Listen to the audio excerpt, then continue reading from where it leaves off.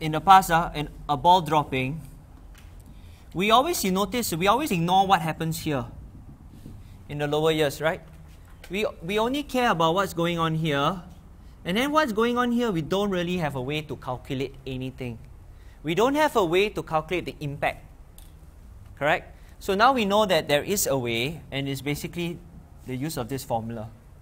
Okay, the force that is hitting the something, an object, and the short duration in which it hits, that we can calculate, called impulse. Okay, all right. So since I've showed you the answer, right? This person who has a mass of 60 runs across a stage of length 12 meters in 3 seconds. Calculate his average momentum. Okay, so what's this 60 here? His mass. All right. So in all good fashion, you write the formula, right? Okay.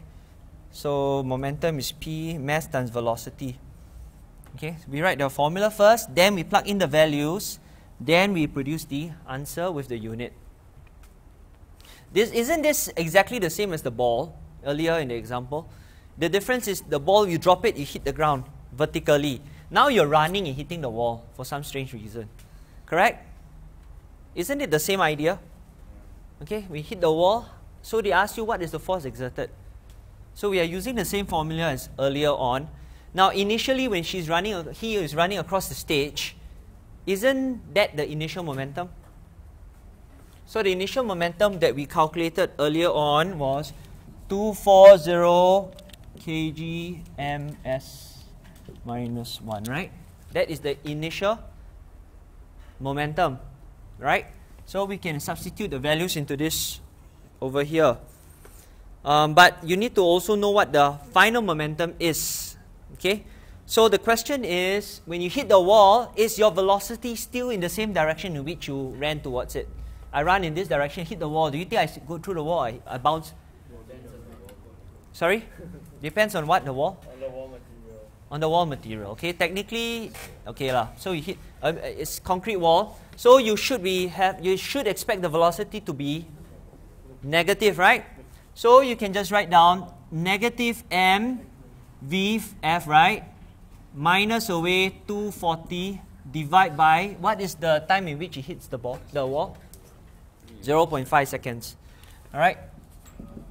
So it works out to be, when you substitute the values in, you have minus 2, and then you have your mass here, minus 240, and then you divide by 0.5, you end up with an answer of negative 720 newtons.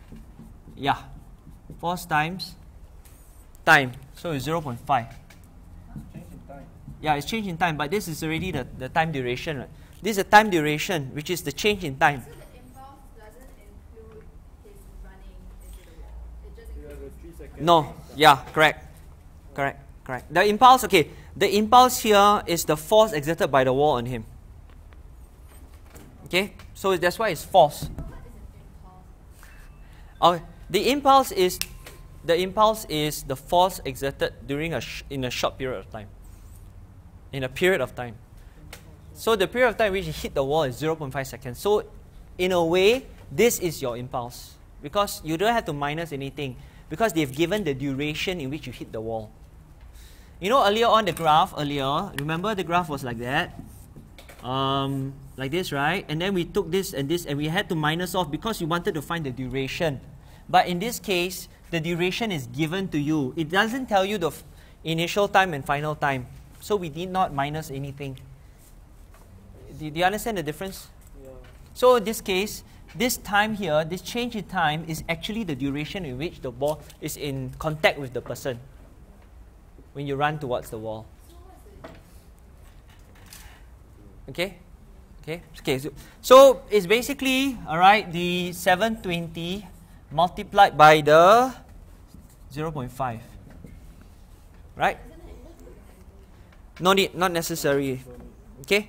So we have 360 and Newton second. Okay. Jam, who has a mirror, runs across the in 3 seconds, right? So at the end of 3 seconds, does this person hit the wall? Yes or no? When you're running towards the wall, is there any force by the wall? No. Good. So there is no force for how long? 3 seconds. Okay, so sorry, it's a straight line. Okay, and then when you hit the wall, is there a force on you, on the human being? Yes. So what is that value? The value is calculated to be about 720. Now you could put it in negative, it does not matter. Okay, it doesn't matter in this, but because it's, I got no space lah, so I just put the impulse 720. Okay, and then that will be my impulse duration for 0.5 seconds. So I can just estimate it to be like that. Okay. So as I mentioned in that blue words there, the area represents what we understand to be impulse. Area under the graph equals to impulse. Okay? Area under the graph equals to impulse. Alright? Okay, but the graph, can we be a little bit more specific? Not just any graph, but a force time graph.